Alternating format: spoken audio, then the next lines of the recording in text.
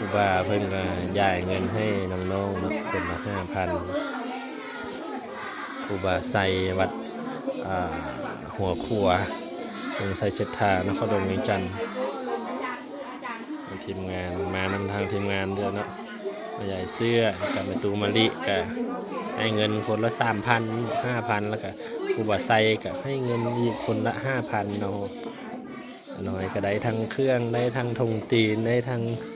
ข้าวหนมครบสุด มานี่ก็ยัง2 คน3 คนนี่แหละ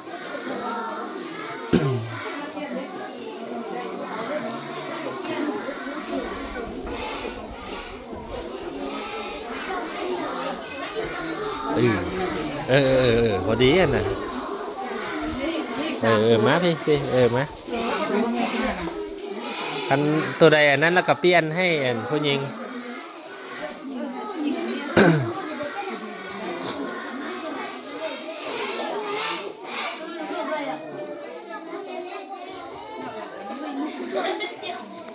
นี่เสื้อตัวใหญ่เนาะเสื้อตัวใหญ่แล้วเฮาสิเอาไปให้โรงเรียนมัธยม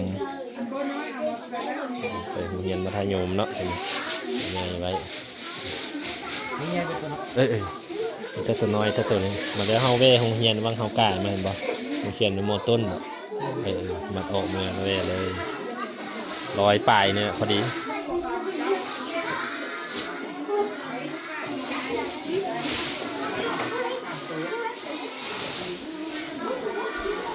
ส่วนหลายตัวใหญ่แน่เนาะเพราะว่าตัวน้อยได้หันทางเฮาก็ได้เอาไปบริจาคอยู่ทางหลวงพระบางแล้วก็อยู่เขตอื่นแน่แล้วเนาะหลวงพระบางแล้วก็นั่นเด้มันใจบ่นั้นปานใดห้องมันต้นใส่เบิ่งให้ผู้นั้นโดนเสื้อแล้วเปลี่ยนมัน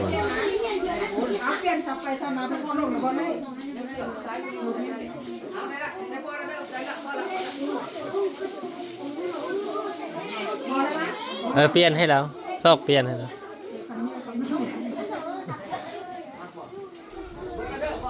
ตัวใหญ่แล้วพี่เนี่ยเจ๊ปอเจ้าคันเจ้าจะเปลี่ยนเจ้าบ้านน้อยน่ะทีนี้จะน่าจะใหญ่ครับเปลี่ยนให้แล้วทุกคนก็แล้ววันนี้คนนั้นดูคนนั้นส่งง่ายๆเมื่อกี้เดี๋ยวเราจะนัดเสียข่าวอ้าวนี่ตัวง่ายเลยให้เราคือง่ายรู้ปลาหุ่นเสื้อปลาอันนี้ติด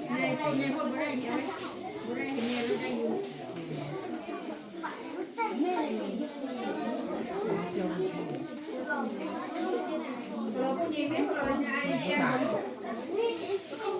เปลี่ยนบอกเขาทำลูกเปลี่ยนอาคนนี้ทำคนเดียวแล้วคนเดียวพอแล้วไปป.5ดีกว่าไปหมดแล้วน้ำ